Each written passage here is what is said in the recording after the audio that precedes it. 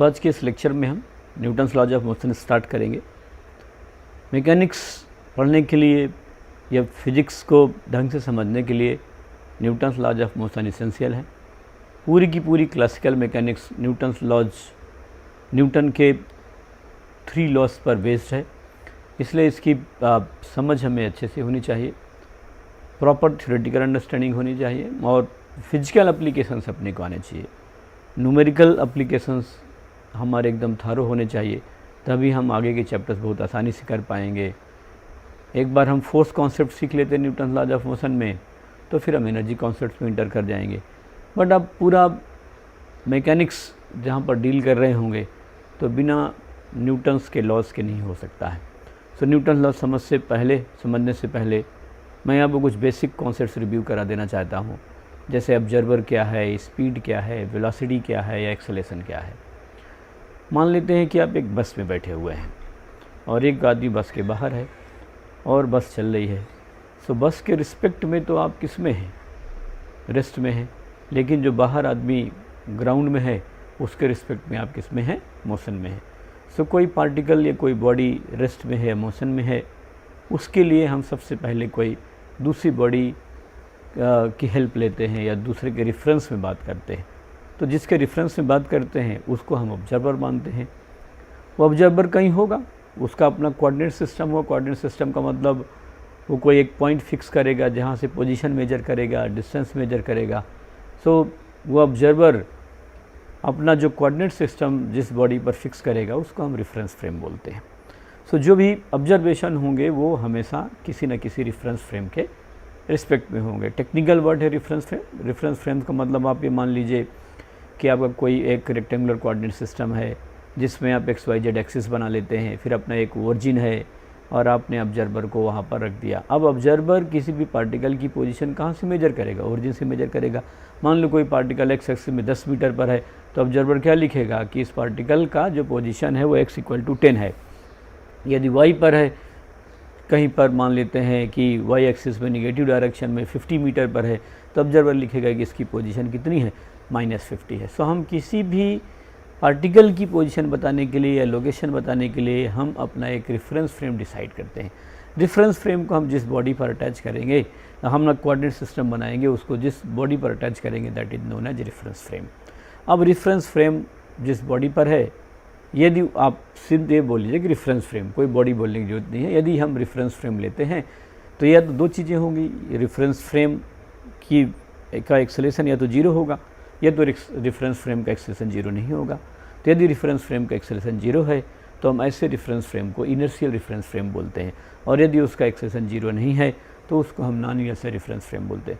ये Newton's laws पढ़ाते समय मैं जब आपको स्यूडो फोर्स पढ़ाऊँगा तो वहाँ पर मैं डिटेल में आपको रेफरेंस फ्रेम सिखाऊंगा, उनकी प्रॉपर्टीज लिस्ट करेंगे, नोट्स बनाएंगे। बट अभी हम एक आइडिया ले रहे हैं कि किसी बॉडी के यदि मोशन को एनालाइज करना है तो हम एक रेफरेंस फ्रेम बनाएंगे।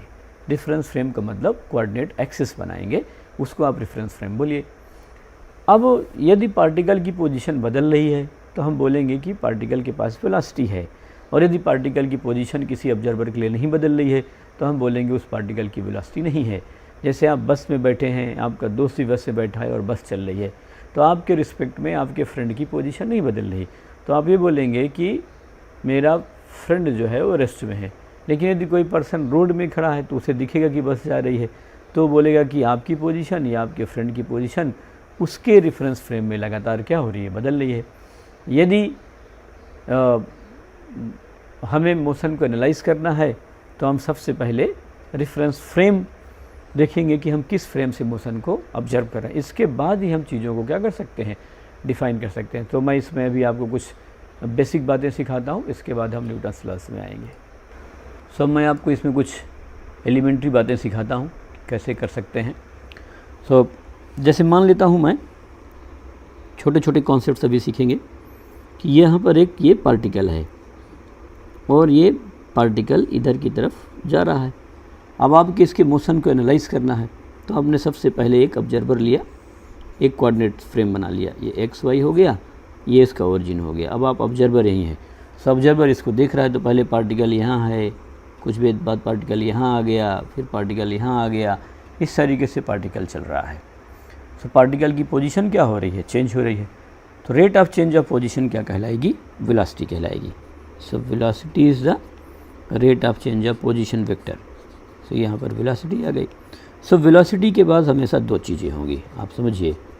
वेलोसिटी दो चीज़ों से मिलकर बनी हुई है, एक उसका मैग्नीट्यूड होगा और दूसरी उसकी डायरेक्शन होगी।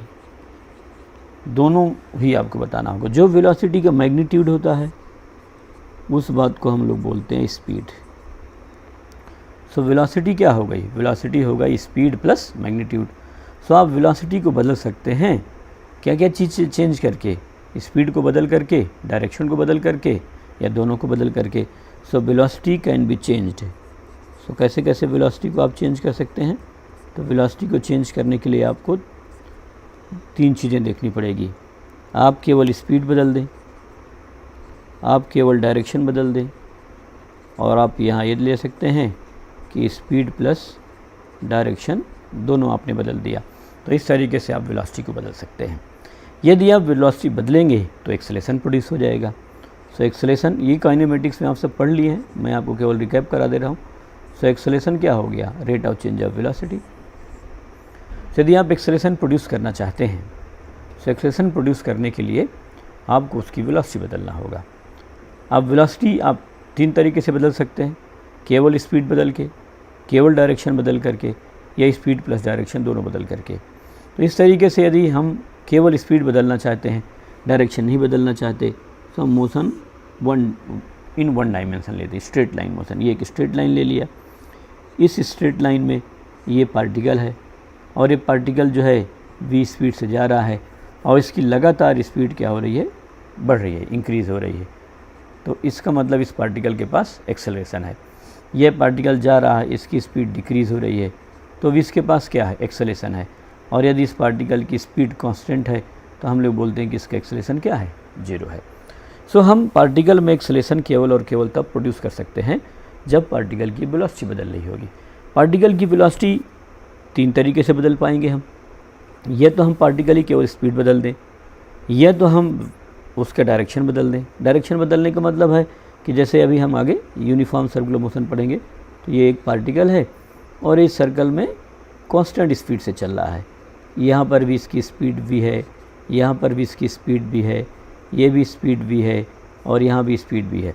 तो यदि इस तरीके से हमारा पार्टिकल चल रहा है जिसकी स्पीड नहीं चेंज हो रही, मान लेता हूँ मैं स्पीड कितनी मान लेता हूँ 5 मीटर पर सेकंड, तो इस सर्कल में एक पार्टिकल 5 मीटर पर सेकंड की स्पीड से चल रहा है। जैसे मान लेते हैं कि फ़ैन चला दिए आप, अब फ़ैन कांस्टेंट स्पीड से चल रहा है। फ़ैन एक बार हम ऑन कर देते हैं तो कुछ टाइम बाद वो अपनी स्पीड को क्या कर लेता है, मेंटेन कर लेता है। अब जब तक आप रेगुलेटर से उसको चेंज नहीं करेंगे तब तक उसकी स्पीड नहीं बदलेगी। तो जब वो कांस्टेंट स्पीड से चल रहा होगा, इसका मतलब नहीं है कि उसके पास एक्सेलरेशन नहीं है। क्यों? क्योंकि यदि आप फ़ैन में कोई भी पॉइंट या पार्टिकल कंसीडर करते हैं तो उस वेलोसिटी की डायरेक्शन लगातार क्या हो रही है, बदल रही है। सो यहाँ पर डायरेक्शन बदल रही है लेकिन मैग्नीट्यूड बदल नहीं रहा। सो ये एक ऐसा एग्जांपल हुआ जहाँ पर केवल और केवल वेलोसिटी का डायरेक्शन बदल रहा है। इस स्ट्रेट लाइन मोशन में केवल और केवल आप मैग्नीट्यूड बदल रहे हैं, वेलोसिटी का स्पीड बदल रहे हैं। और आप इसी में आप स्पीड बदलने लगिए, या आप ऐसा कोई कर्व ले लीजिए, या किसी बॉडी को किसी एंगल पर आप फेंक दीजिए, तो जब बॉडी वो एयर में चल रही होगी तो उसका स्पीड और डायरेक्शन और दोनों ही चेंज हो रहा होगा। तो इस तरीके से काइनेमेटिक्स में हम इन सब रिलेशन को सीखते हैं। अब आगे हमें ये समझना है कि आखिर हम एक्सेलरेशन प्रोड्यूस कैसे कर सकते हैं। एक्सेलरेशन प्रोड्यूस कैसे कर सकते हैं का मतलब हम स्पीड कैसे बदल सकते हैं, वेलोसिटी का डायरेक्शन कैसे बदल सकते हैं। सो न्यूटन ने बताया कि एक्सेलरेशन प्रोड्यूस करने के लिए आपको क्या लगाना पड़ेगा, फोर्स लगाना पड़ेगा। जब तक आप किसी बॉडी पर फोर्स नहीं लगाएंगे तो उस बॉडी पे कभी भी एक्सेलरेशन प्रोड्यूस नहीं हो सकता है। सो न्यूटन ने क्या प्रपोज किया कि यदि आप चाहते हैं कि उस बॉडी की वेलोसिटी में कोई परिवर्तन आए, उस बॉडी की वेलोसिटी चेंज हो, तो ये इसेंशियल है कि आपको उस बॉडी में क्या करना पड़ेगा, फोर्स लगाना होगा। So force is essential to produce acceleration in the body. बाद में उन्होंने इसके 3 लॉज बताए। फोर्स क्या है ये बताने के लिए न्यूटन ने अपने 3 लॉज दिया। फर्स्ट लॉ में उन्होंने ये बताया कि यदि हम एक्सेलरेशन प्रोड्यूस करना चाहते हैं तो हमें उसमें फोर्स लगाना पड़ेगा। सेकंड लॉ में न्यूटन ने ये बताया कि हम कितना एक्सेलरेशन प्रोड्यूस करना चाहते हैं तो हमें कितना फोर्स लगाना पड़ेगा। यदि हम 1 मीटर पर सेकंड का स्क्वायर का एक्सेलरेशन प्रोड्यूस करना चाहते हैं किसी बॉडी में, तो मेरे को इतना एक्सेल फोर्स चाहिए। यदि मैं 10 मीटर पर सेकंड स्क्वायर का एक्सेलरेशन प्रोड्यूस करना चाहता हूँ तो मेरे लिए फोर्स की रिक्वायरमेंट ये होगी। तो फर्स्ट लॉ ये बताता है नो फोर्स नो एक्सेलरेशन। यदि आप फोर्स नहीं लगाएंगे तो एक्सेलरेशन प्रोड्यूस नहीं होगा। तो ये एक तरह का कॉज एंड इफेक्ट हो गया। यदि आप बॉडी की वेलोसिटी बदलना चाहते हैं, एक्सेलरेशन प्रोड्यूस करने का मतलब यदि आप बॉडी की वेलोसिटी बदलना चाहते हैं तो आपको फोर्स लगाना पड़ेगा। सेकंड लॉ ये बताता है कि कितना एक्सेलरेशन प्रोड्यूस करने के लिए आपको कितनी फोर्स की ज़रूरत होगी, तो वो जो है मैग्नीट्यूड कैलकुलेट करता है। और न्यूटन ने अपना एक लॉ दिया जिसको हम लोग थर्ड लॉ बोलते हैं।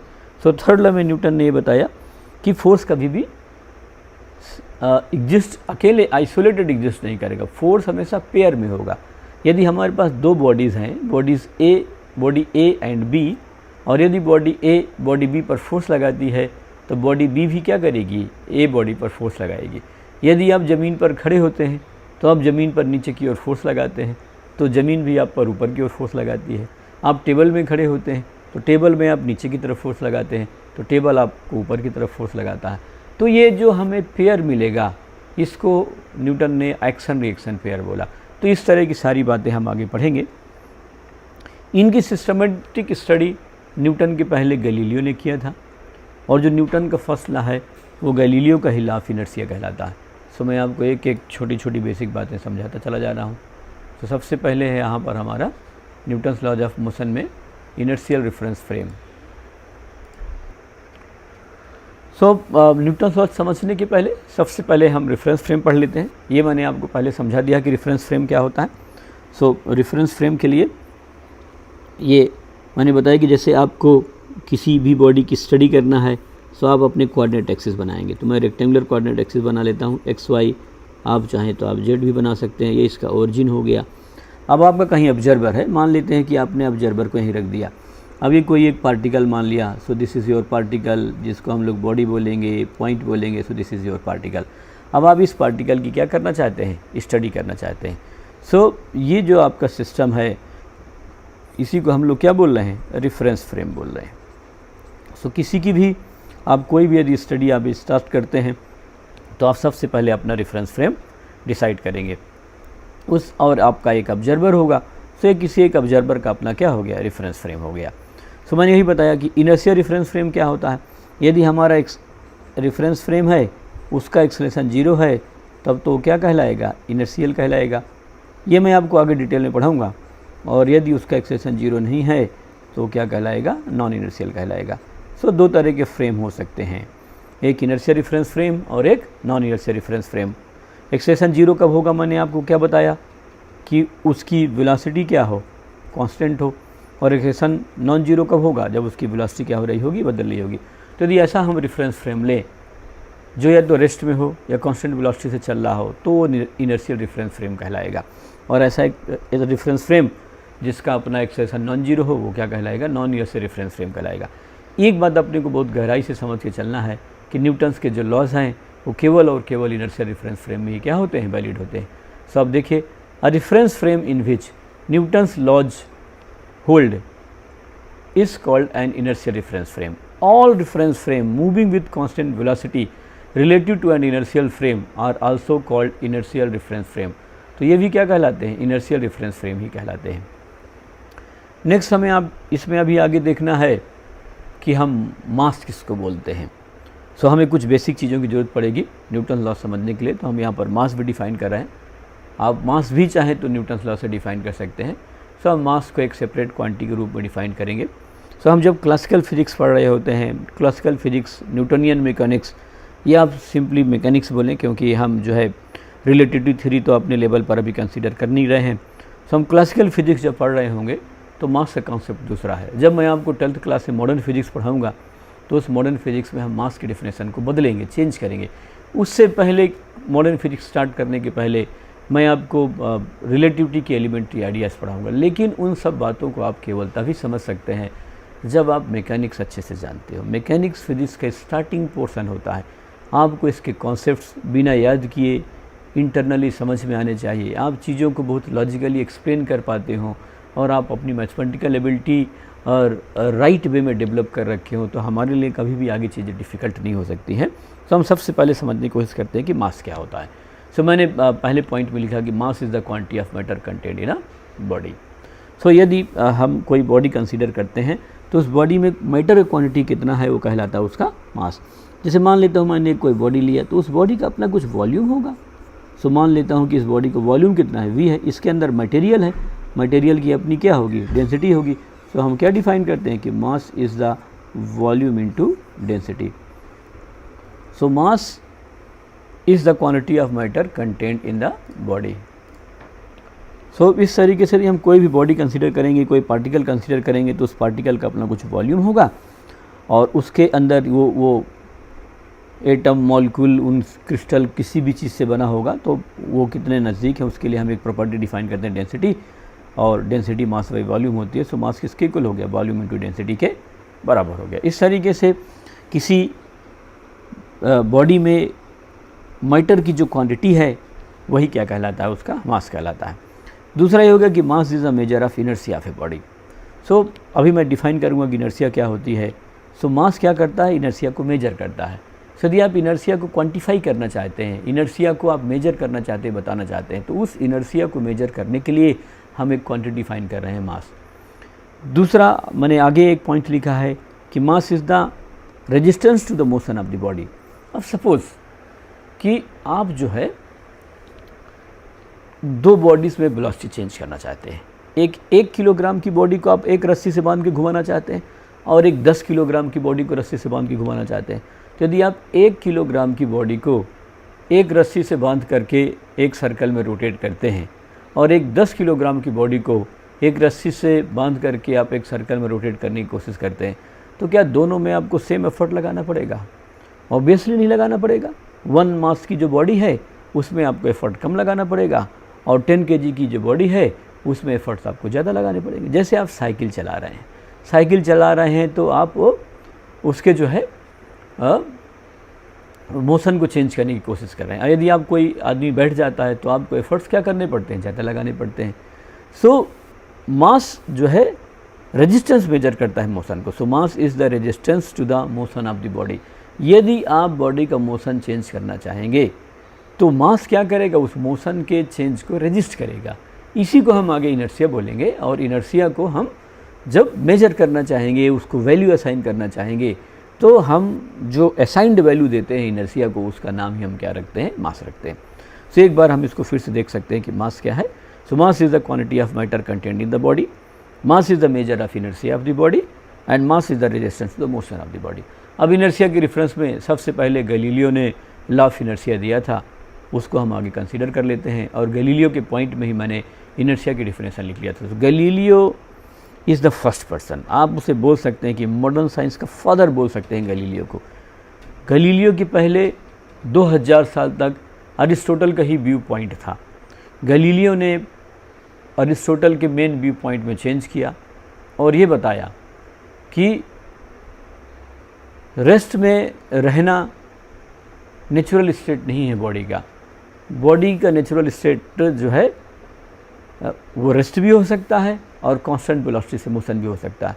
यदि आप डीप स्पेस में चले जाएं जहाँ पर कोई भी ग्रेविटेशनल इंटरेक्शन नहीं है, एक स्पेसशिप से जाएं और किसी बॉडी को प्रोजेक्ट कर दें, अब वो बॉडी हमेशा उसी वेलोसिटी से चलती रहेगी, ना तो उसकी वेलोसिटी कम होगी ना उसकी वेलोसिटी ज़्यादा होगी। क्यों? क्योंकि डीप स्पेस में है, उससे बहुत दूर दूर तक कोई प्लैनेट या कोई सैटेलाइट या कोई स्टार नहीं है, इसलिए वहाँ पर जो ग्रेविटेशनल फील्ड है वो आप मान लीजिए कि 0 है। यदि आप 0 नहीं मान पा रहे हैं तो मान लेते हैं कि लंबे डिस्टेंस तक ग्रेविटेशनल फील्ड क्या है, यूनिफॉर्म है, इसलिए वहाँ पर कोई वो उसको एक्सेलेरेशन नहीं मिल पा रहा है। सो गैलीलियो ने क्या बताया कि यदि कोई बॉडी रेस्ट में है तो रेस्ट में ही रहेगी, यदि कोई बॉडी कांस्टेंट वेलोसिटी से चल रही है तो कांस्टेंट वेलोसिटी से ही चलती रहेगी, जब तक कि आप उस पर कोई एक्सटर्नल फोर्स नहीं लगा देते। फोर्स का मतलब जब तक आप कोई उस पर एक्सटर्नल एफर्ट नहीं लगा देते। तो मैं इस पहले पॉइंट में ले रहा हूँ, सबसे पहले मैं इनर्शिया डिफाइन कर सकता हूँ। Inertia is the property of a body by virtue of which body maintains its state of rest और of uniform motion. Uniform motion का मतलब है कांस्टेंट वेलोसिटी, है ना। यूनिफॉर्म मोशन का मतलब हम क्या समझेंगे यहाँ पर, कांस्टेंट वेलोसिटी। तो यदि कोई बॉडी रेस्ट में है तो रेस्ट में ही रहना चाहेगी, यदि मोशन में है तो मोशन में रहना चाहिए। जैसे मान लेते हैं कि आप किसी एक कपड़े को पानी में भिगा दीजिए, इसके बाद उसको हाथ में ऊपर लटका दीजिए, तो कुछ देर तक पानी बह जाएगा। जब पानी बहना बंद हो जाए फिर आप उस कपड़े को जो है आप ज़ोर ज़ोर से जो है हिलाना चालू कर दिए, तो आपको उसके अंदर से ड्रॉप्स क्या आएंगी, बाहर आएंगी। तो पहले क्यों नहीं आ रही थी, पहले क्यों गिरना बंद हो गए थे? क्योंकि उस कपड़े में अंदर जो भी वाटर मॉलिक्यूल के बीच में कोहेसिव फोर्सेस लग रहे होंगे, एडहेसिव फोर्सेस लग रहे होंगे, उनकी वजह से वहीं पर स्टिक है। लेकिन तो अभी भी वो जो वाटर मॉलिक्यूल है उस कपड़े के अंदर, उसके पोर्स में है, वो तो वहीं रहना चाहेगा। लेकिन आपने उस कपड़े को तो हिला दिया, वाटर के मॉलिक्यूल को हिलाया नहीं, तो कपड़ा तो वहाँ से क्या हो गया, मूव हो गया, वाटर मॉलिक्यूल वहीं रह गया, या वाटर के जो पार्टिकल है वहीं रह गए और फिर ग्रेविटी की वजह से नीचे चले आए। तो यदि आप जो है किसी बॉडी का रेस्ट में है और आप उसको रेस्ट में ही मेंटेन करना चाहते हैं, यदि कोई बॉडी कांस्टेंट वेलोसिटी मोशन में है तो बॉडी कांस्टेंट वेलोसिटी से ही मोशन में रहेगी।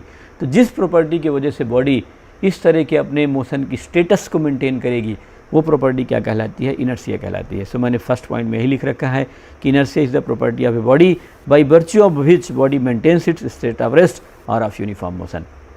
नेक्स्ट मैंने लिखा कि a body at rest remains at rest, or a body in motion with constant velocity will remain in motion with constant velocity unless an external force is applied to it। तो ये जो Galileo का law है यही कहलाता है law of inertia. सो ये जो मैंने पॉइंट लिखा है this is known as law of inertia. बाद में न्यूटन ने जब बहुत सिस्टमेटिक मैथमेटिकल फार्मूलेशन किया मैकेनिक्स के रूल को, तो न्यूटन ने इस लॉ ऑफ इनर्शिया को जो गैलीलियो ने दिया था उसको उन्होंने क्या बनाया, अपना फर्स्ट लॉ ऑफ मोशन बनाया। न्यूटन के पहले गैलीलियो, केपलर, टाइको ब्राहे, इन सब की काफ़ी डिटेल स्टडी थी।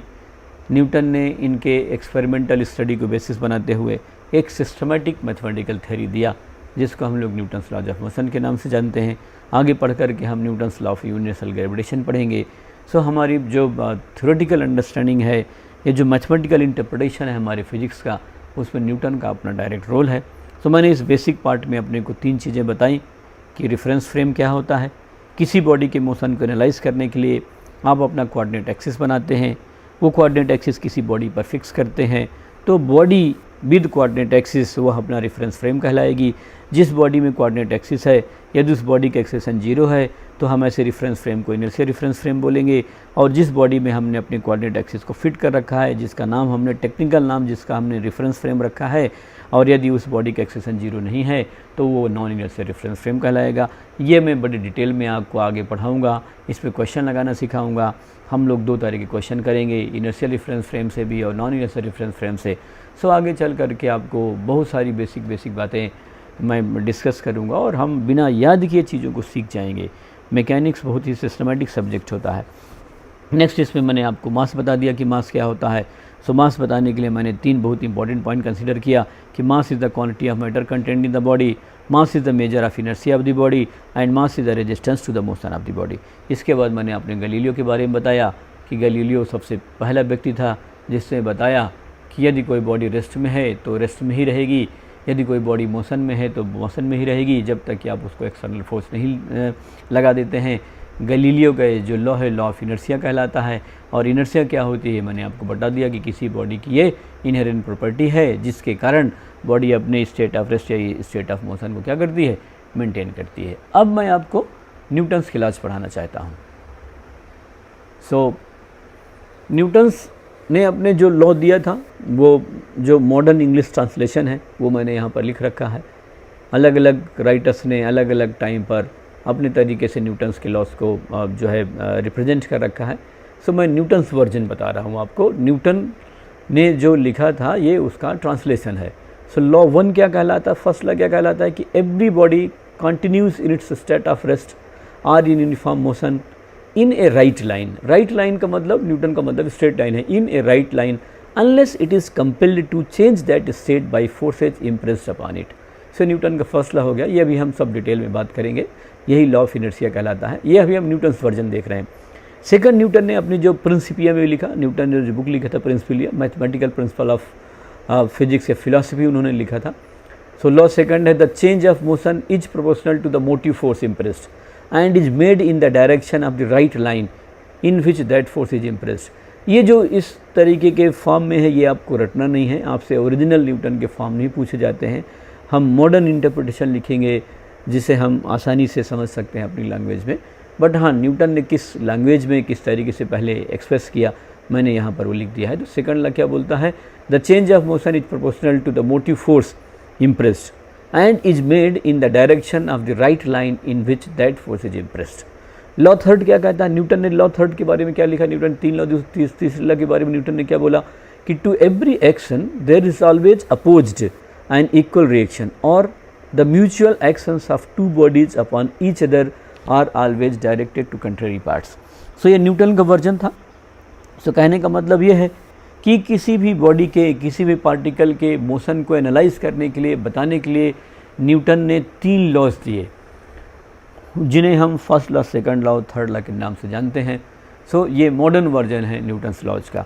तो 1 2 3 जो मैंने लिख रखा है, तो फर्स्ट जो वर्जन है वो फर्स्ट लॉ हो गया, जो सेकंड पॉइंट मैंने लिख रखा है वो सेकंड वर्जन सेकंड लॉ हो गया, और जो मैंने थर्ड पॉइंट लिख रखा है वो थर्ड है। सो मॉडर्न वर्जन है जो बड़े बड़े साइंटिस्ट या राइटर्स ने लिखा, ये मैंने उनका इसेंस लिखा हुआ है। सो फर्स्ट लॉ क्या बताता है कि a body continues in its initial state of rest और motion with uniform velocity unless acted upon by an unbalanced external force. इन सब बातों को मैं भी आपको सिखाऊंगा। पहली बात यह है कि अपने को याद रटना नहीं है, आपको उसमें कोर बातें क्या है ये समझना है, और हमेशा अपनी लैंग्वेज में लिखिए और फिर उस लैंग्वेज को इम्प्रूव कीजिए, ना कि मेरी या किसी किताब की लैंग्वेज को याद कीजिए। अपने किसी की लैंग्वेज क्यों याद करेंगे, अपने तो बेसिक बातें सीख लेंगे, और जब तक हम ग्रामेटिकली बहुत ज़्यादा इनकरेक्ट नहीं है तब तक हमें टेंशन लेने की ज़रूरत नहीं है। फिजिक्स की सिर्फ एक लैंग्वेज होती है, वो है मैथमेटिकली। वो मैथमेटिकल इंटरप्रिटेशन आपका करेक्ट होना चाहिए। बाकी अपनी आपकी इच्छा है कि आप बंगाली में लिखना चाहते हैं तो बंगाली में लिखिए, उड़िया में लिखना चाहते हैं उसमें लिखिए, आप अपनी लैंग्वेज में अपनी चीज़ों को बता सकते हैं। बट हम अपना स्टैंडर्ड करिकुलम में, क्योंकि हमारा इंग्लिश मीडियम है, तो हम उसी को जो है डिस्कस करना चाहते हैं। सो मैं आपसे ये अर्ज करूँगा या आपको समझाऊँगा, इंस्ट्रक्ट करूँगा कि आप चीज़ों की अंग्रेजी याद करने में टाइम मत ख़राब कीजिए, आप उनके कोर बात को समझिए। तो पहले लॉ की कोर बात क्या है कि a body continues in its initial state of rest. Initial state क्या है, या तो बॉडी रेस्ट में है या तो मोशन में है, और मोशन में भी कैसे, यूनिफॉर्म वेलोसिटी का मतलब कांस्टेंट वेलोसिटी से, तो ये उसी में रहेगी जब तक कि हम बाहर से कोई फोर्स नहीं लगा देते हैं। सेकंड लॉ क्या कहता है कि जब आप बॉडी पर फोर्स लगाएंगे तो एक्सेलेरेशन प्रोड्यूस होगा। So the acceleration of a body is inversely proportional to its mass and directly proportional to the resultant force exerted upon it. तो ये जो लॉ दो चीज़ें बताया कि ये जो है इनवर्सली प्रोपोर्शनल टू मास है, और यही बताया कि ये डायरेक्टली प्रोपोर्शनल टू फोर्स है। सो ये क्या हो गया, this is proportional to F/m। अब मैं इसे प्रोपोर्शनलिटी कांस्टेंट 1 ले लेता हूँ और F/m लगा देता हूँ, और इसको क्रॉस मल्टीप्लाई कर दूंगा तो F किसके इक्वल होगा, m × a के इक्वल होगा। कुछ राइटर इक्वल लिखते हैं कि acceleration is equal to force by mass, कुछ राइटर इसको प्रोपोर्शनल लिखते हैं। जो प्रोपोर्शनल लिखते हैं वो यहाँ पर प्रोपोर्शनलिटी कांस्टेंट 1 लगा देते हैं। सो दोनों तरह की चीज़ें एक्सेप्टेबल है। यदि लिखा है कि प्रोपोर्शनल तो प्रोपोर्शनल लगा देना है, यदि लिखा है इक्वल तो आपको इक्वल लगा देना है। अब मान लेते हैं कि आप सिंगल चॉइस स्टेटमेंट एग्जाम में लिखने जा रहे हैं और किसी ने बहुत फंडामेंटल बातें आपसे पूछ डाली और दोनों ही स्टेटमेंट लिख डाला कि acceleration is proportional to F and inversely proportional to m, और उसने ये भी लिख दिया कि acceleration is equal to F/m। तो फिर आप वहाँ प्रोपोर्शनल वाली बातें ले लेना, क्योंकि मैथमेटिकली हम इसको ऐसे लिखते हैं और प्रोपोर्शनलिटी कांस्टेंट को 1 मान लेते हैं। उसे मैंने आपको सेकंड लॉ बता दिया। थर्ड लॉ क्या कहता है कि फोर्सेज ऑलवेज आकर इन पेयर्स। जो फोर्स है, फोर्स क्यों ज़रूरी है, क्योंकि हम बॉडी में एक्सेलेरेशन प्रोड्यूस करना चाहते हैं। एक्सेलेरेशन क्यों प्रोड्यूस करना चाहते हैं, क्योंकि हम बॉडी की वेलोसिटी चेंज करना चाहते हैं। यदि हम बॉडी की वेलोसिटी चेंज नहीं करना चाहते हैं तो फर्स्ट लॉ हो गया कि बॉडी रेस्ट में तो रेस्ट में रहेगी, कांस्टेंट वेलोसिटी से मोशन में है तो कांस्टेंट वेलोसिटी से मोशन में रहेगी। लेकिन यदि आप उस रेस्ट को या कांस्टेंट वेलोसिटी की स्टेटस को चेंज करना चाहते हैं तो आपको फोर्स लगाना पड़ेगा। अब वो फोर्स किस पर डिपेंड करेगा, ये सेकंड लॉ हो गया, कितना फोर्स लगाना होगा। तो ये उसका क्वांटिफिकेशन हो गया कि F = m × a। आपको ज़्यादा एक्सेलेरेशन प्रोड्यूस करना है तो आपको ज़्यादा फोर्स लगाना होगा, आपकी हैवियर बॉडी है तो आपको ज़्यादा फोर्स लगाना होगा, ये बता दिया। दूसरा, अब हम थर्ड लॉ क्या बताता है, उस फोर्स के नेचर को बताता है कि फोर्सेज ऑलवेज आकर इन पेयर्स। आप जो है कभी भी सिंगल फोर्स प्रोड्यूस नहीं कर पाएंगे। यदि आपके पास ये पार्टिकल A है और ये पार्टिकल B है, यदि इस पार्टिकल ए में इस पार्टिकल बी पर एक फोर्स लगाया एफ बी ए, एफ बी का मतलब क्या हो गया, force on B by A, तो ये पार्टिकल भी इस पर अपोजिट डायरेक्शन में फोर्स लगाएगा, तो F on A by B. तो यदि हम इस फोर्स को बोल दें कि एक्शन है, तो मैं इस फोर्स को बोल लूँगा ये रिएक्शन है। तो ये फोर्स हमेशा जो है पेयर में ही एग्जिस्ट होगा। ऐसा नहीं हो सकता है कभी भी कि ए ने बी पर फोर्स लगाया हो लेकिन बी ए पर फोर्स नहीं लगाया हो। ये न्यूटन्स का थर्ड लॉ है, बड़ा ही इंपॉर्टेंट लॉ है। इसमें से कोई न्यूमेरिकल नहीं लेंगे। न्यूमेरिकल कैलकुलेशन के लिए न्यूटन ने सिर्फ एक लॉ दिया है, और वो कौन सा है, सेकंड लॉ। तो तीनों लॉ क्या क्या बताते हैं, मैं अभी आपको आगे सिस्टमेटिक एक एक स्लाइड के थ्रू समझाने की कोशिश करता हूँ। अपने को बेसिक फंडामेंटल बातें सीखना है, इसको रटना नहीं है। फिर भी मैं आपको PDF स्लाइड्स दे दूँगा, जिससे आप अपनी कॉपी में नोट्स बनाना चाहें, आप इस स्लाइड्स के प्रिंट आउट निकाल करके नहीं रखेंगे, आप एक कॉपी बनाएंगे और उस कॉपी में अपने हाथ से लिखेंगे। हम जब हाथ से लिखते हैं तो हमारा ब्रेन उसको परमानेंट मेमोरी में डाल देता है। So that is known as active learning. और फिजिक्स, मैथमेटिक्स या कंप्यूटर साइंस पढ़ने के लिए आपको एक एक्टिव लर्नर होना होगा। आप पैसिव लर्नर हो करके उनको नहीं सीख सकते हैं। तो ठीक है, मैं आपको ये सब बातें प्रोवाइड कर सकता हूँ, आप वीडियो को पॉज करके उसके नोट्स बना सकते हैं, लेकिन आप इन बातों को समझिए कि एक तो हमें अननेसेसरी चीज़ों को रटना नहीं। हाँ, इनिशियल स्टेट में यदि हमारी लैंग्वेज इसके लिए उतनी बढ़िया नहीं है तो आप जैसा लिख पाते हैं वैसा लिखिए, बाद में अपनी लैंग्वेज को इम्प्रूव कर लीजिए, लेकिन अपने कोर कॉन्सेप्ट को लिखना सीखिए। तो मैंने आपको न्यूटन के मॉडर्न व्यू पढ़ा दिया, अब मैं आपको एक एक चीज़ें स्लाइड्स के थ्रू समझाऊंगा। तो सबसे पहला है न्यूटन्स लॉज ऑफ मोशन में Newton's first law of motion.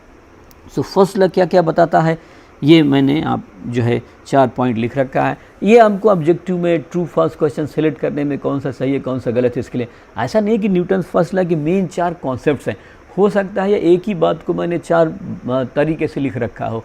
ये इसलिए कि आप जब कोई ऑब्जेक्टिव अटेम्प्ट कर रहे हो तो उसके ऑप्शंस पढ़ते समय आपको डाउट नहीं होना चाहिए। तो फर्स्ट लॉ क्या बताता है कि फर्स्ट लाइन ने ये बताया, लॉ ऑफ इनर्शिया, कि यदि बॉडी रेस्ट में है तो रेस्ट में ही रहेगी, और यदि बॉडी की वेलोसिटी क्या है, कांस्टेंट है, तो उस बॉडी की वेलोसिटी क्या रहेगी, कांस्टेंट रहेगी। कब तक रहेगी, जब तक बॉडी में फोर्स क्या है, 0 है।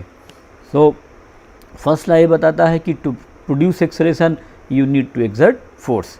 सो मैं एक एक पॉइंट समझाता हूँ, क्या लिखा हूँ मैंने, it defines inertial reference frame. Newton's first law inertial reference frame की रिक्वायरमेंट बताता है कि आपको सबसे पहले रेफरेंस फ्रेम खोजना होगा। ऐसा रेफरेंस फ्रेम खोजना होगा जिसका एक्सेलरेशन 0 है।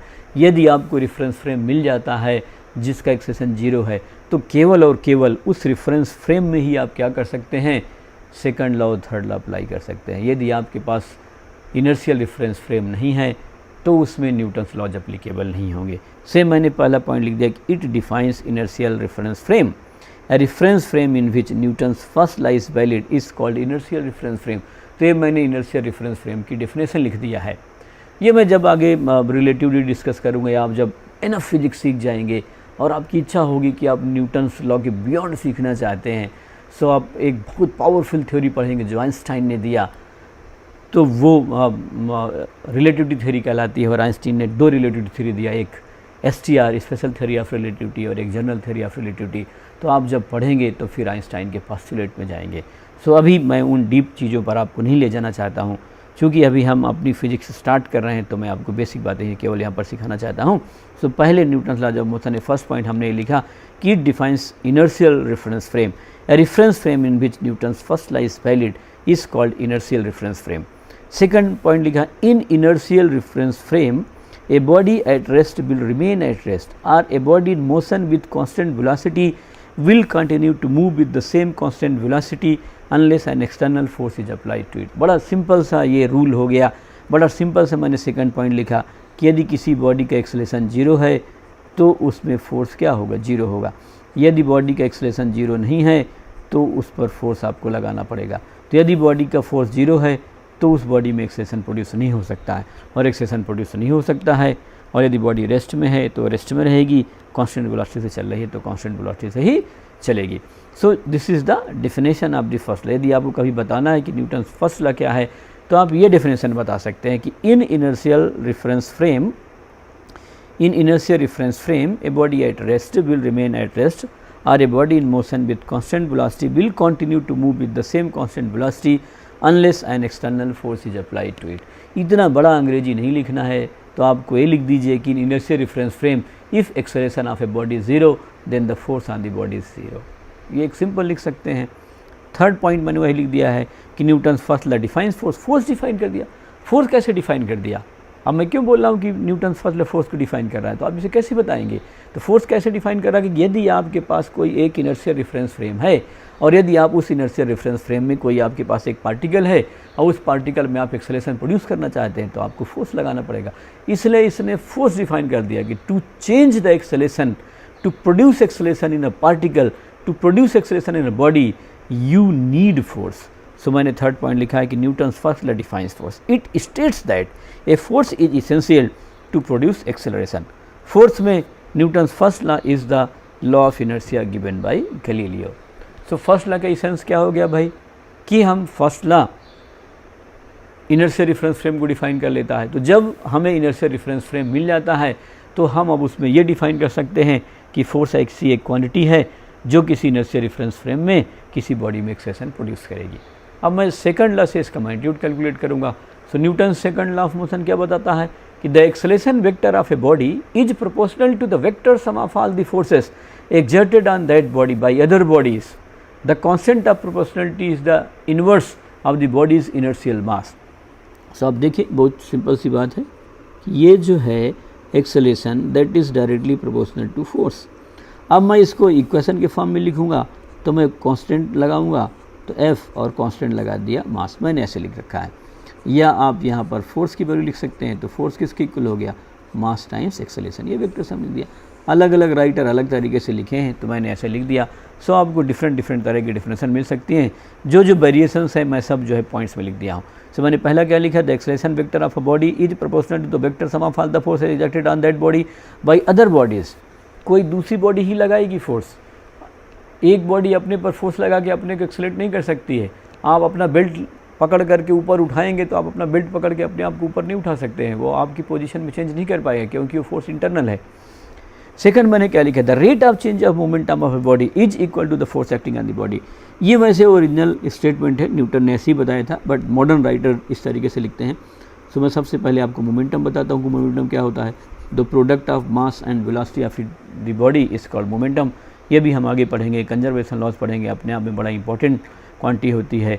सो हम एक ऐसी क्वांटिटी डिफाइन कर सकते हैं अपनी मोशन को स्टडी करने के लिए जिसको हम मोमेंटम बोलते हैं, and momentum will be is equal to product of mass and velocity. अब न्यूटन ने क्या बोला कि द फोर्स इज प्रोपोर्शनल, लिख सकते हैं, लिख सकते हैं force is equal to rate of change of momentum. मतलब यदि आपको मोमेंटम बदलना है, अच्छा देखिए आप मोमेंटम कैसे कैसे बदल सकते हैं, वेलोसिटी को बदल करके। वेलोसिटी दो तरीके से बदल सकते हैं, आप मैग्नीट्यूड चेंज करके, एक्सेलरेशन चेंज करके, तो वो वही ऊपर वाला स्टेटमेंट है। So force is equal to rate of change of momentum, तो यही मैंने लिखा the rate of change of momentum of body is equal to force acting on the body. तो F is equal to D P by D T where P is equal to M into B बी। Third मैंने लिख रखा है point, net external force on a body is equal to product of mass and acceleration, यही लिख दिया। सो आप पहले तरीके से डिफाइन कर सकते हैं, दूसरे तरीके से सेकंड लॉ को लिख सकते हैं, तीसरे तरीके से लिख सकते हैं। ये सभी इक्विवेलेंट स्टेटमेंट हैं। ऐसा नहीं कि न्यूटन सेकंड लॉ के 5 पॉइंट है। हम एक ही चीज़ को अलग अलग तरीके से लिख रहे हैं क्योंकि राइटर्स अलग तरीके से लिखते हैं। सो ये आपके पास चॉइस है कि आप इसको कैसे लिखेंगे। सो क्वेश्चन लगाते समय, न्यूमेरिकल लगाते समय हम F is equal to M A लिखेंगे या हम F is equal to D P by D T लिखेंगे। फोर्थ पॉइंट में लिख रखा कि Newton second law is applicable only on inertial reference frame. ये बड़ा इंपॉर्टेंट पॉइंट हो गया कि यदि आपके का reference frame inertial reference frame नहीं है तो उसमें आप न्यूटन सेकंड लॉ अप्लाई नहीं कर सकते हैं। यदि आपको न्यूटन सेकंड लॉ अप्लाई करना है तो आपको उसमें कुछ मॉडिफिकेशन करना होगा। तो उसमें क्या मॉडिफिकेशन करना होता है ये मैं भी आपको आगे लिखाऊंगा। तो उसका फॉर्म बदल जाता है।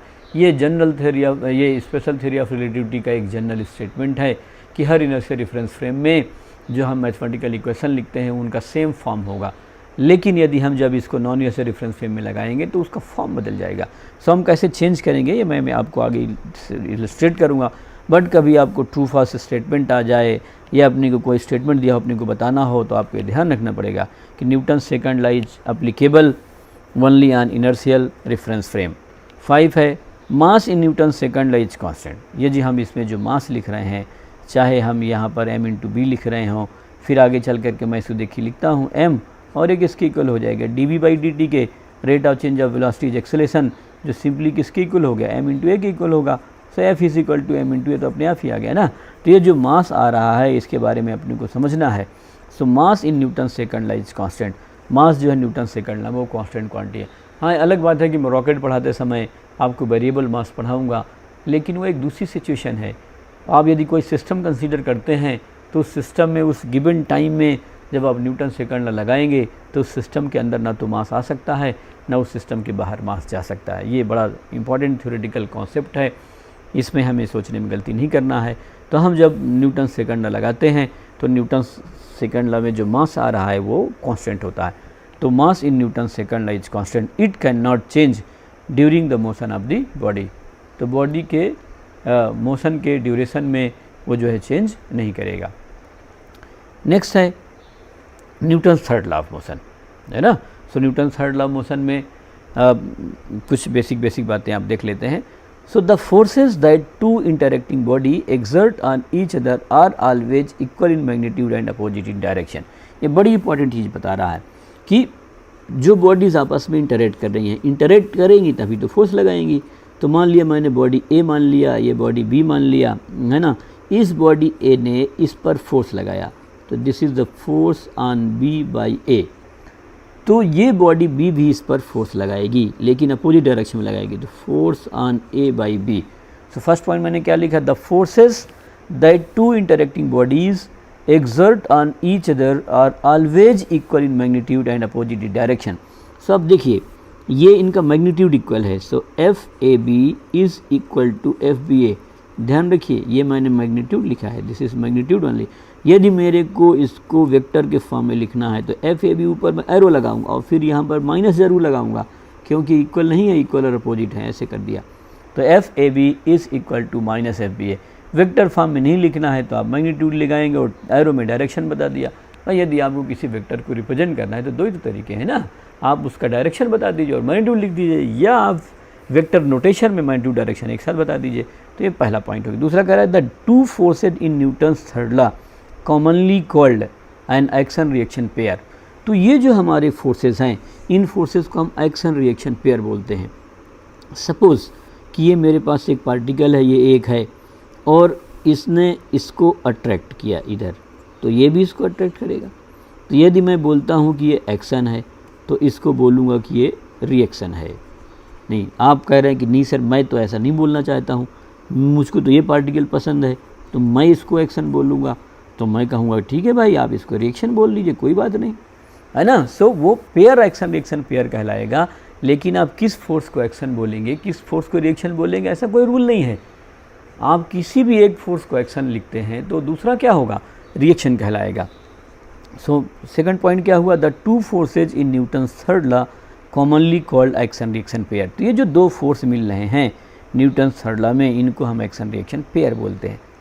थर्ड पॉइंट मैंने लिखा है कि दे can never be on the same body. बड़ी इंपॉर्टेंट बात है कि एक्शन एक बॉडी पर होगा और रिएक्शन दूसरी बॉडी पर होगा। यदि एक्शन बॉडी नंबर 1 पर है तो रिएक्शन बॉडी नंबर 2 पर होगा। सो एक्शन एंड रिएक्शन कभी भी सेम बॉडी पर नहीं लगेंगे। They can never be on the same body but are always exerted by two bodies on each other. तो वो दो बॉडीज़ एक दूसरे पर ही लगाएंगी, लेकिन कभी भी दोनों एक्शन रिएक्शन पर एक बॉडी पर नहीं लगेंगे। फोर्थ है they must both be the same kind of force because they are two aspects of a single interaction. ये भी थोड़ा समझते हैं।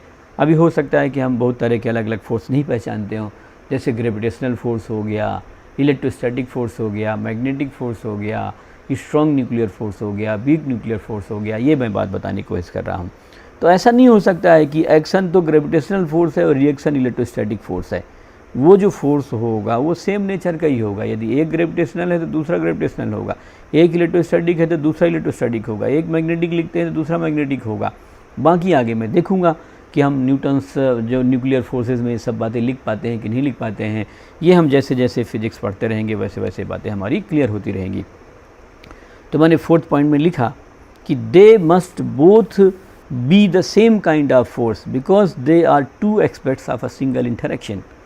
फिफ्थ में मैं लिखा है they are instantaneously equal and opposite. अच्छा, जैसे मान लेता हूँ कि मैं इस बॉडी को उठाया और इसको खिसका दिया, दूर लगा दिया, तो उनके बीच की पोजीशन चेंज हो गई।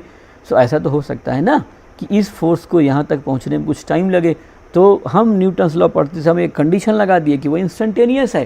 जैसे मान लेते हैं कि अर्थ जो है सन के चारों ओर रिवॉल्व हो रही है, अर्थ और सन के बीच में फोर्स लग रहा है, सन अर्थ पर लगा रहा है और अर्थ सन पर लगा रही है। अब अर्थ की वेलोसिटी की वजह से उसकी पोजीशन तो बदल गई, तो फोर्स जो है वो अभी आगे ग्रेविटेशन पढ़ते समय पढ़ेंगे कि वो उस लाइन पर ही लग रहा है, तो उसकी लाइन बदल गई। जैसे मान लेता हूँ मैं कि मैं थोड़ा सा इसको इलस्ट्रेट करने की कोशिश कर रहा हूँ, ये हमारा सन हो गया और ये अर्थ है। अब आप देखो भाई कि ये अर्थ पहले यहाँ पर है E1 पोजीशन पर, तो ये फोर्स ऐसे लग रहा है, ये इधर की तरफ है, अर्थ यहाँ आ गई तो इधर आ गया, तो आप देखिए फोर्स तो बदल गया ना, फोर्स की डायरेक्शन तो बदल ही गई। सो ये इंस्टेंटेनियस है, ये ऐसा नहीं है जब यहाँ पर गए तो यदि कोई चीज़ बदली है, मान लेते हैं डिस्टेंस ही बदल गई, पहले यहाँ डिस्टेंस R1 था और यहाँ डिस्टेंस R2 हो गई, तो इनके बीच का फोर्स बदल जाएगा, तो एक्शन रिएक्शन पेयर इंस्टेंटेनियस है। ऐसा नहीं होगा कि पहले एक फोर्स बदलेगा उसके कुछ टाइम बाद दूसरा बदलेगा। एक्चुअल में यही बात हो सकती है। एक्चुअल बात क्या है ये हम यहाँ कंसीडर नहीं कर रहे हैं, क्यों? क्योंकि न्यूटन्स के फोर्स की अपनी जो लिमिटेशन है वो ये है कि they are instantaneously equal and opposite, हर इंस्टेंट पर वो हमेशा इक्वल एंड अपोजिट होंगे, उनके बीच में कोई प्रोग्रेशन गैप नहीं होगा। बट हाँ, हम जब रिलेटिविटी थ्योरी पढ़ेंगे तो मैं इन सब बातों को आपको समझाने की कोशिश करूँगा। अभी हम साइंस एज पर न्यूटन पढ़ रहे हैं और हम इसलिए न्यूटन्स के लॉस सीख रहे हैं। साइंस पढ़ते समय कोई भी लॉ यूनिवर्सल नहीं होता है, उसका अपना एक रेंज ऑफ वैलिडिटी होती है, वो एक बड़े रेंज में या एक छोटे रेंज में वैलिड हो सकता है, लेकिन ऐसा एक सिंगल लॉ नहीं होता है जो सब कुछ बता डालेगा। So they are instantaneously equal and opposite, never one after other, एक के बाद दूसरा लगेगा, ऐसा नहीं है कि एक्शन पहले लगेगा तो रिएक्शन बाद में। A pair of equal and opposite forces that does not meet all these criteria can not be an action reaction. ये जो मैंने ऊपर क्राइटेरिया इनलिस्ट किया है, यदि हमें इनमें से कोई भी एक क्राइटेरिया फेल हो जाती है तो हम उस पेयर को कभी भी एक्शन रिएक्शन पेयर नहीं बोलेंगे। अब एक 6 पॉइंट में लिख रहा हूँ कि Newton's third law is the consequence of conservation of linear momentum. अब इस पॉइंट पर भी बड़ा विवाद रहता है। कुछ राइटर लिख देते हैं कि conservation of linear momentum Newton third law की वजह से है, कुछ ये लिख देते हैं कि न्यूटन थर्ड लॉ जो है कंजर्वेशन ऑफ लीनियर मोमेंटम की वजह से है। हम वॉइस वर्सा लिखना चाहते हैं कि ठीक है, यदि आपको लगता है कि Newton third law conservation of linear momentum का कॉन्सिक्वेंस है तो आप इससे सही मानिए। यदि आपको ये लगता है कि न्यूटन थर्ड लॉ से हम conservation of linear momentum prove कर सकते हैं तो ये उसका कॉन्सिक्वेंस हो गया, तो आप लिख सकते हैं। इन रियलिटी जो मैं समझता हूँ तो मैं तो यही मानता हूँ कि Newton third law is the consequence of conservation of momentum. Conservation of momentum हम वहाँ पर भी लगा सकते हैं जहाँ पर हमारा थर्ड लॉ फेल हो जाता है। तो ये अभी हम डिटेल में अभी हम डिस्कस नहीं करेंगे। न्यूटन थर्ड लॉ पढ़ते समय, न्यूटन लॉ पढ़ते समय हमारी यहाँ पर कोई ज़रूरत नहीं है, तो मैं आपको इसका एक प्रूफ बताने की कोशिश करता हूँ, है ना। तो आप ये समझिए, जैसे मैं एक ये सिस्टम मान लिया, ये मेरा एक सिस्टम है और ये आइसोलेटेड सिस्टम है। आइसोलेटेड सिस्टम का मतलब है कि ये जो है किसी भी आउटर वर्ल्ड से इंटरेक्ट नहीं कर रहा। आउटर वर्ल्ड से इंटरेक्ट नहीं कर रहा तो इस फोर्स में बाहर से फोर्स की वैल्यू क्या है? 0 है। अब इस सिस्टम के अंदर दो हमने पार्टिकल कंसीडर कर लिया, एक पार्टिकल 1 ले लिया, एक पार्टिकल 2 ले लिया। पार्टिकल 2 ने इसको अट्रैक्ट किया तो दिस इज़ फोर्स ऑन 1/2। तो ये भी क्या करेगा? पार्टिकल 2 भी इसको ऐसे अट्रैक्ट करेगा। सो इट इज़ F21 आ गया। अब न्यूटन थर्ड लॉ क्या बोलता है कि जो F12 है, F12 का मतलब force on 1/2 that will be is equal to minus of F21। ये मैंने बताया, ये न्यूटन थर्ड लॉ है कि फोर्स इक्वल एंड अपोजिट होंगे। अब आप ज़रा समझिए, मैंने आपको एक चीज़ बताई थी कि जो F है वो dp/dt के बराबर है। सो F12 जो होगा वो किसके इक्वल होगा? dp1/dt के इक्वल होगा, rate of change of momentum of the first particle.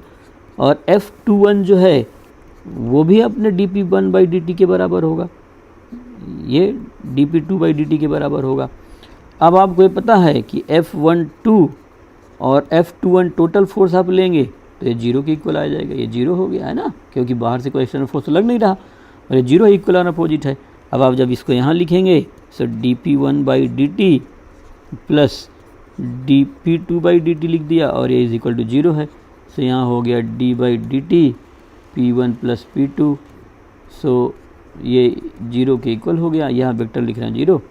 अब ये 0 तभी हो सकता है, मैंने आपको डिफरेंशिएशन बताया था कि जीरो आना है डेरिवेटिव तभी हो सकता है जब कांस्टेंट हो। सो P1 प्लस P2 ये क्या हो गया, कांस्टेंट हो गया। कांस्टेंट हो गया कि मतलब वो चेंज नहीं हो रहा, तो कांस्टेंट होने का मतलब मोमेंटम क्या हो गया, कंजर्व हो गया। सो मोमेंटम इज कंजर्व।